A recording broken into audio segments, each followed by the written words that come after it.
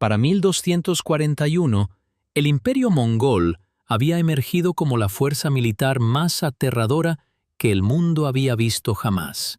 Aplastaron ejércitos desde China hasta Persia, dejando solo destrucción a su paso. Su caballería era imparable, sus tácticas impecables y su disciplina absoluta. Europa tembló mientras esta horda aparentemente invencible avanzaba hacia el oeste, aniquilando todo a su paso. Pero entonces sucedió algo inesperado. De las profundidades de la desesperación europea emergió un arma tan devastadora que detuvo a los mongoles en seco.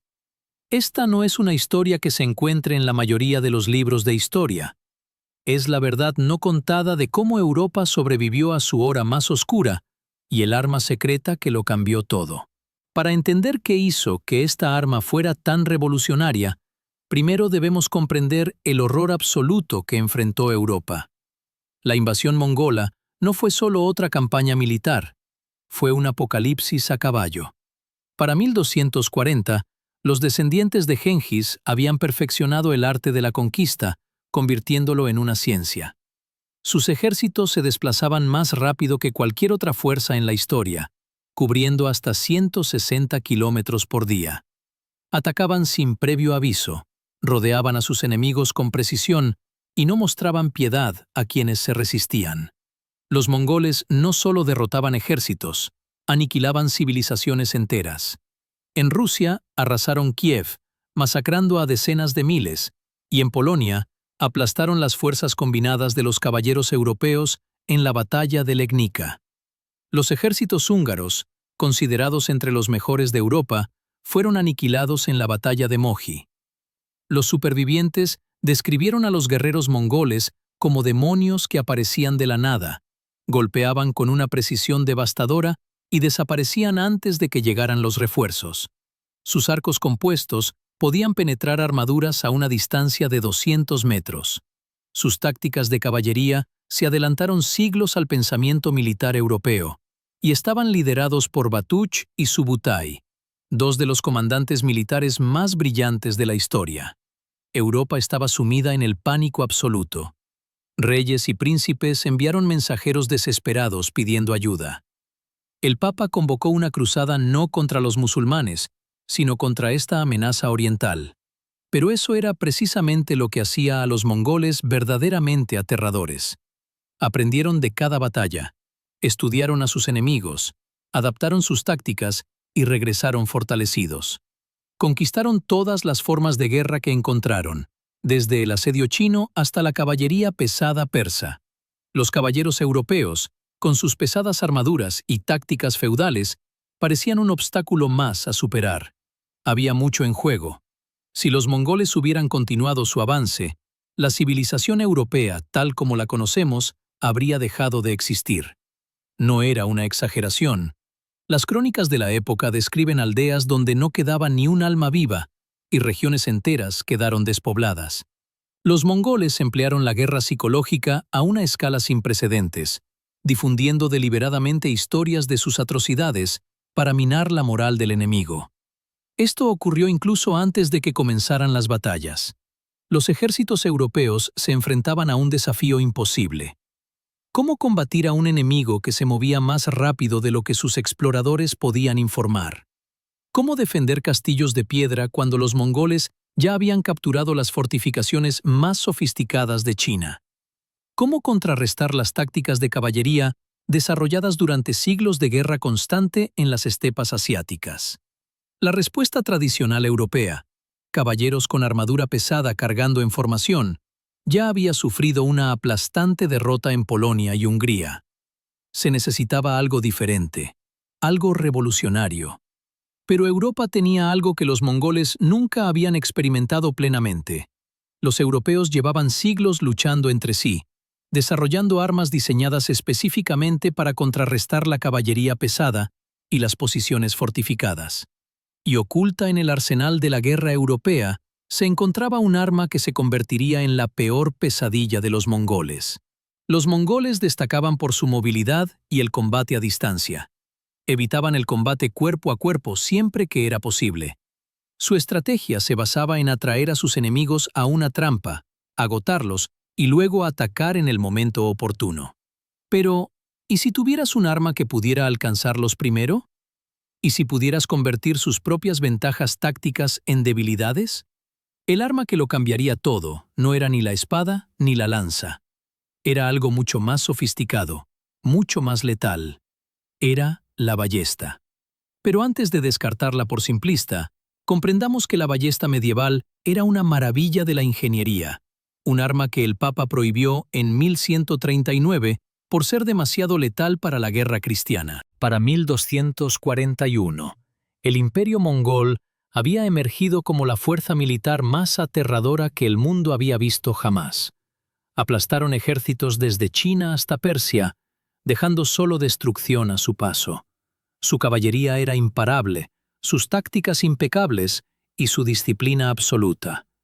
Europa tembló mientras esta horda aparentemente invencible avanzaba hacia el oeste, aniquilando todo a su paso. Pero entonces sucedió algo inesperado. De las profundidades de la desesperación europea emergió un arma tan devastadora que detuvo a los mongoles en seco. Esta no es una historia que se encuentre en la mayoría de los libros de historia.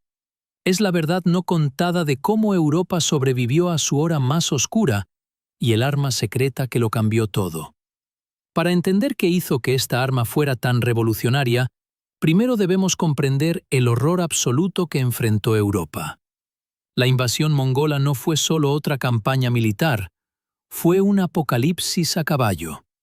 Para 1240, los descendientes de Gengis habían perfeccionado el arte de la conquista, convirtiéndolo en una ciencia. Sus ejércitos se desplazaban más rápido que cualquier otra fuerza en la historia, cubriendo hasta 160 kilómetros por día. Atacaban sin previo aviso, rodeaban a sus enemigos con precisión y no mostraban piedad a quienes se resistían. Los mongoles no solo derrotaban ejércitos, aniquilaban civilizaciones enteras. En Rusia, arrasaron Kiev, masacrando a decenas de miles, y en Polonia, aplastaron las fuerzas combinadas de los caballeros europeos en la batalla de Legnica. Los ejércitos húngaros, considerados entre los mejores de Europa, fueron aniquilados en la batalla de Mohi. Los supervivientes describieron a los guerreros mongoles como demonios que aparecían de la nada, golpeaban con una precisión devastadora y desaparecían antes de que llegaran los refuerzos. Sus arcos compuestos podían penetrar armaduras a una distancia de 200 metros. Sus tácticas de caballería se adelantaron siglos al pensamiento militar europeo y estaban liderados por Batuch y Subutai, dos de los comandantes militares más brillantes de la historia. Europa estaba sumida en el pánico absoluto.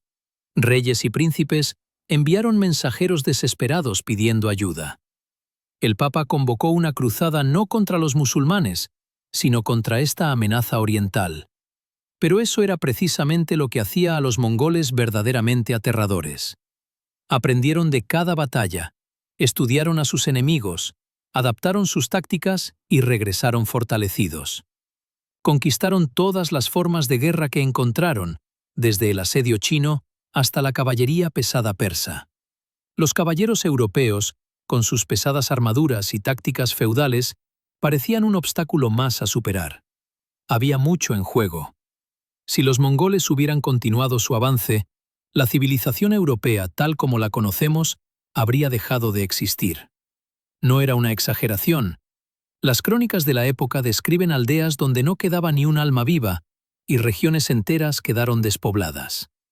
Los mongoles emplearon la guerra psicológica a una escala sin precedentes, difundiendo deliberadamente historias de sus atrocidades para minar la moral del enemigo.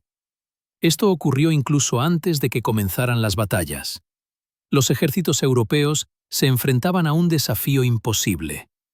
¿Cómo combatir a un enemigo que se movía más rápido de lo que sus exploradores podían informar? ¿Cómo defender castillos de piedra cuando los mongoles ya habían capturado las fortificaciones más sofisticadas de China? ¿Cómo contrarrestar las tácticas de caballería desarrolladas durante siglos de guerra constante en las estepas asiáticas? La respuesta tradicional europea, caballeros con armadura pesada cargando en formación, ya había sufrido una aplastante derrota en Polonia y Hungría. Se necesitaba algo diferente, algo revolucionario. Pero Europa tenía algo que los mongoles nunca habían experimentado plenamente. Los europeos llevaban siglos luchando entre sí, desarrollando armas diseñadas específicamente para contrarrestar la caballería pesada y las posiciones fortificadas. Y oculta en el arsenal de la guerra europea, se encontraba un arma que se convertiría en la peor pesadilla de los mongoles. Los mongoles destacaban por su movilidad y el combate a distancia. Evitaban el combate cuerpo a cuerpo siempre que era posible. Su estrategia se basaba en atraer a sus enemigos a una trampa, agotarlos y luego atacar en el momento oportuno. Pero, ¿y si tuvieras un arma que pudiera alcanzarlos primero? ¿Y si pudieras convertir sus propias ventajas tácticas en debilidades? El arma que lo cambiaría todo no era ni la espada ni la lanza. Era algo mucho más sofisticado, mucho más letal. Era la ballesta. Pero antes de descartarla por simplista, comprendamos que la ballesta medieval era una maravilla de la ingeniería, un arma que el Papa prohibió en 1139 por ser demasiado letal para la guerra cristiana. Los balesteros en las murallas podían atacar a los operadores del equipo de asedio con una precisión devastadora. Un enfrentamiento particularmente revelador tuvo lugar cerca de un monasterio fortificado, donde una fuerza relativamente pequeña de defensores, muchos de ellos armados con ballestas, contuvo a una fuerza mongola mucho mayor durante más de 3 semanas. Frustrados por las pérdidas y la incapacidad de abrirse paso, los mongoles finalmente se retiraron. Esto era casi inaudito en las operaciones militares mongolas. Habían conquistado ciudades con cientos de miles de habitantes, pero allí unos pocos cientos de defensores, armados y equipados tácticamente, los detuvieron. Los comandantes mongoles reconocieron el problema. En sus informes al Gran Khan, señalaron la dificultad de operar en territorio europeo densamente arbolado y fortificado, mencionando específicamente la eficacia de los misiles europeos. Estudiaron como siempre, pero esta vez el aprendizaje tuvo un coste que cuestionó la continua expansión hacia el oeste. Pero aquí, la historia da un giro inesperado. Justo cuando la defensa europea demostraba su eficacia, justo cuando se difundía el secreto de la ballesta y las tácticas defensivas, ocurrió algo que lo cambió todo. Este es un punto de inflexión en nuestra historia. Un giro inesperado. En diciembre de 1241, la noticia llegó a los ejércitos mongoles en Europa de que el Gran Khan Ogedei había muerto a 1000 kilómetros de distancia, en Mongolia. Según la tradición mongol, todos los miembros de la familia real y sus comandantes militares debían regresar a Karakorum, la capital mongol, para elegir un nuevo Gran Khan. Esto no era opcional, era fundamental para la estructura política mongol. Batu Khan, Subudai y todos los demás comandantes importantes debían abandonar sus campañas y emprender el viaje de regreso a Mongolia. Ahora bien, la pregunta que los historiadores aún debaten es: ¿habrían continuado los mongoles su invasión si Ogedei no hubiera muerto? La narrativa tradicional afirma que la retirada mongola se debió únicamente a una crisis de sucesión, pero documentos recién descubiertos y un análisis más detallado de los informes de batalla mongoles sugieren lo contrario. Los mongoles ya se enfrentaban a una resistencia inesperada. Su tasa de bajas iba en aumento. Las rápidas y decisivas victorias que lograron en Rusia y Hungría no se materializaron en las regiones fuertemente fortificadas de Europa central y occidental. La ballesta y las tácticas defensivas desarrolladas en torno a ella funcionaron, no a la perfección ni en todas partes, pero sí lo suficiente como para que los comandantes mongoles se preguntaran si valía la pena continuar la conquista de Europa en Occidente. Cuando llegó la orden de retomar la sucesión, quizás se recibió con más alivio que frustración. Los mongoles se habían topado con un muro, y ese muro estaba repleto de ballestas. Lo que hizo tan notable el éxito defensivo europeo no fue solo la ballesta en sí, sino la velocidad con la que evolucionó el pensamiento militar en respuesta a esta amenaza existencial. A los pocos meses de las primeras invasiones mongolas, la información sobre sus tácticas se difundió por toda Europa, a través de redes de mensajeros, canales eclesiásticos y rutas comerciales. Comandantes militares que nunca habían visto a un guerrero mongol prepararon sus defensas basándose en informes de Polonia y Hungría. Esta red de información se convirtió en la segunda arma secreta de Europa. A diferencia de las invasiones anteriores, donde cada región tuvo que aprender de sus propias y sangrientas derrotas, los europeos compartieron inteligencia táctica con una velocidad sin precedentes. Cuando los mongoles entraron en Austria y Croacia, encontraron defensores que ya estaban implementando tácticas diseñadas específicamente para contrarrestar las estrategias mongolas. La producción de ballestas aumentó en toda Europa. Se establecieron programas de entrenamiento y se reforzaron las posiciones defensivas con plataformas para ballestas. La capacidad de producción de los reinos europeos se volvió crucial. La producción de ballestas, ya establecida para la caza y la guerra, alcanzó un gran auge. Las ciudades-estado italianas, los principados alemanes y los dominios franceses contribuyeron a la carrera armamentística, que inundó las posiciones defensivas con esta poderosa arma. A pesar de su sofisticación militar, los mongoles no podían igualar la capacidad de producción europea para esta arma en particular. Sus arcos compuestos eran superiores en muchos aspectos, pero requerían materiales especializados y artesanos expertos. Las ballestas podían producirse en masa. Los comandantes europeos también aprendieron a utilizar el terreno con mayor eficacia. Los bosques, pantanos y ciudades fortificadas de Europa central y occidental eran muy diferentes de las estepas abiertas, donde las tácticas mongolas se habían perfeccionado. Cada ciudad se convirtió en un punto de resistencia potencial. Cada bosque en una oportunidad para una emboscada. Cada cruce de río se convirtió en un cuello de botella, defendido por ballesteros. Los mongoles descubrieron que luchaban no solo contra ejércitos, sino contra todo un continente, que se estaba convirtiendo en un laberinto fortificado. El clímax de este enfrentamiento no llegó en una gran batalla, sino en un entendimiento que impregnó toda la estructura de mando mongola. El análisis coste-beneficio de la conquista de Europa había cambiado. Las conquistas mongolas anteriores habían aportado enorme riqueza, poblaciones productivas y ventajas estratégicas. Europa, aunque rica en algunas zonas, estaba fragmentada, fuertemente defendida, y su subyugación resultó mucho más costosa de lo que sugería la inteligencia. Cuando Batuch y sus comandantes recibieron la noticia de la muerte de Ugdei y emprendieron la retirada, dejaron atrás a Europa, que había aprendido a combatirlos. La ballesta demostró ser un excelente ecualizador. Era un arma que podía matar a un guerrero mongol con la misma eficacia que con un arco compuesto, pero desde la seguridad de posiciones fortificadas y con mucho menos entrenamiento. Las tácticas defensivas desarrolladas durante esta crisis influyeron en el pensamiento militar europeo durante siglos. Los mongoles nunca regresaron con tanta fuerza. Los Han posteriores se centraron en consolidar su vasto imperio, gestionar la política interna y conquistar regiones donde la resistencia era menos organizada. Europa, fortificada y armada con sus armas secretas, sobrevivió, pero por un estrecho margen. Si Ogedei hubiera vivido más tiempo, si los mongoles hubieran emprendido una campaña prolongada, el resultado podría haber sido diferente. La ballesta le dio tiempo a Europa, y ese tiempo fue suficiente. La resolución de esta crisis resuena a lo largo de la historia de maneras que no siempre vemos.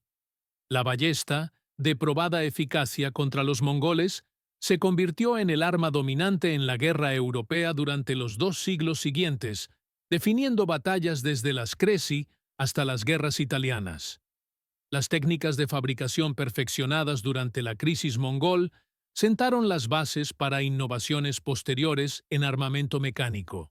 Más importante aún, las lecciones tácticas aprendidas del conflicto mongol transformaron el pensamiento militar europeo.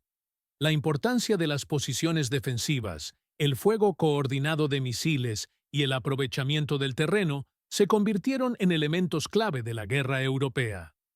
Si bien estos no eran conceptos revolucionarios en sí mismos, la urgencia de la amenaza mongola exigió una rápida innovación y adaptación. El impacto psicológico fue igualmente significativo. Europa enfrentó su mayor amenaza y sobrevivió. El mito de la invencibilidad mongola se hizo añicos.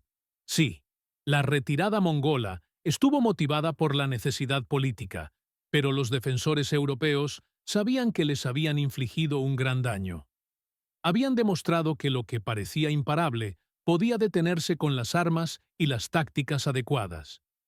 Entonces, ¿cuál es la verdadera lección del arma secreta que destruyó la invasión mongola de Europa? No se trata solo del arma. La ballesta era poderosa, sí, pero las armas por sí solas no ganan las guerras. Lo que salvó a Europa fue una combinación de tecnología, tácticas, intercambio de información y la creatividad desesperada que surge cuando las civilizaciones se enfrentan a la extinción. Los mongoles fueron la fuerza militar más avanzada de su época. Conquistaron más territorio con una velocidad sin precedentes, pero al encontrarse con un enemigo capaz de adaptarse rápidamente, que explotaba la tecnología existente de forma innovadora y se negaba a luchar en condiciones favorables a las tácticas mongolas, incluso ellos se vieron obligados a reconsiderar sus planes. Piensen en lo cerca que estuvo Europa de una historia completamente diferente. Si esas ballestas no hubieran estado disponibles, si esas tácticas defensivas no hubieran evolucionado, si esa red de información no hubiera difundido advertencias y estrategias por todo el continente, quizás hoy estaríamos contando una historia completamente distinta.